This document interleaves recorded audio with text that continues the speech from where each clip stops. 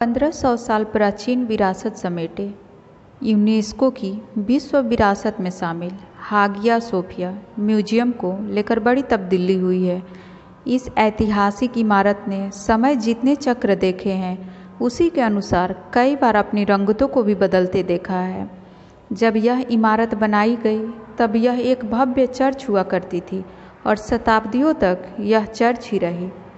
तुर्की में 6ठी सदी की ऐतिहासिक इमारत हागिया सोफिया को अदालत ने फिर से मस्जिद बनाने का फैसला दिया है।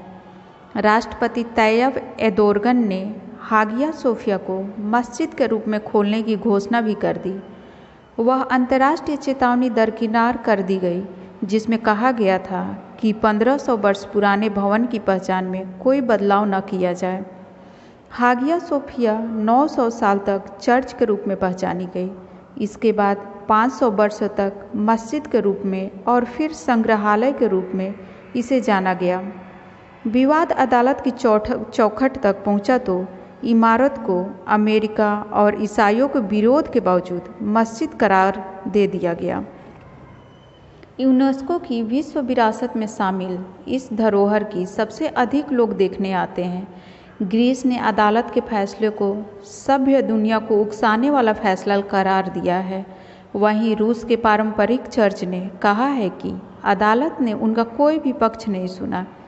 इस फैसले से पूरब से लेकर पश्चिम तक उथल पुथल मच सकती है। तुर्की की शीर्ष अदालत द काउंसिल ऑफ स्टेट ने कहा जो समझौता हुआ है उसमें ये मस्जिद है। इस आधार पर इसका किसी दूसरे तरह से इस्तेमाल किसी भी स्तर पर कानूनी नहीं है। राष्ट्रपति एर्दोगन तुर्की की राजनीति में इस्लाम को सक्रिय रूप से मुख्य धारा में लाना चाहते थे, जिसके लिए वो 17 साल से लगे थे। वे काफ़ी लंबे समय से 6ठी सदी के पुराने भवन को मस्जिद का दर्जा वापस दिलवाने में लगे थे, जिसे आधुनिक धर्मनिरपेक्ष तुर्की के शुरुआती दिनों के शासक मुस्तफ़ा कमाल अतातुर्क ने 1934 में संग्रहालय में बदला था।